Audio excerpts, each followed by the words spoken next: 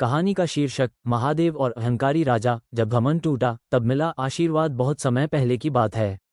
हिमालय की तलहटी में बसा था एक समृद्ध राज्य। उस राज्य का राजा था राजा वीरसेन, बहादुर, शक्तिशाली और अत्यंत धनी। राजा ने बड़े बड़े मंदिर बनवाए थे, सोने चांदी से दान करता था, पर उसके मन में एक दोष था, अहंकार। वो अक्सर कहा करता, मेरे दान से ही भगवान प्रसन्न रहते हैं, मेरे बिना धर्म कैसे चलेगा। महादेव की परीक्षा। एक दिन राजा वीरसेन शिव मंदिर गया। उसने गर्व से कहा, महादेव, मैंने आपके लिए इतना कुछ किया है, अब आप मुझे सबसे महान राजा घोषित करें। मंदिर में बैठे एक साधारण से साधु ने ये सुन लिया। वो शांत स्वर में बोला, राजन, भगवान को दान नहीं, नम्रता और भक्ति प्रिय है। राजा को क्रोध आ गया। उसने साधु का अपमान किया और मंदिर से निकल गया। उसी रात महादेव ने साधु का रूप धारण कर राजा की परीक्षा लेने का निश्चय किया। अहंकार का पतन। अगले दिन राज्य में भयंकर संकट आ गया।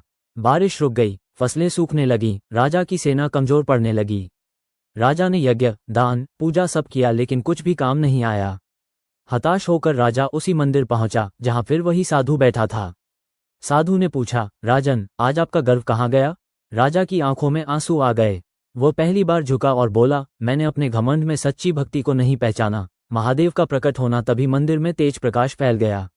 डमरू की ध्वनि गूंज उठी, डम डम डम। साधु का रूप बदलने लगा और सामने प्रकट हुए महादेव। महादेव बोले, राजा, जिसने अहंकार त्याग दिया वही मेरा सच्चा भक्त है। जा। वीरसेन धरती पर गिर पड़ा। उसका अहंकार टूट चुका था। राज्य का उद्धार। महादेव के आशीर्वाद से राज्य में फिर से वर्षा हुई, खेत हरे भरे हो गए और प्रजा सुखी हो गई। पर अब राजा बदल चुका था। वो स्वयं को सेवक मानने लगा। वो कहता, राजा वही जो झुकना जानता हो। कहानी का संदेश।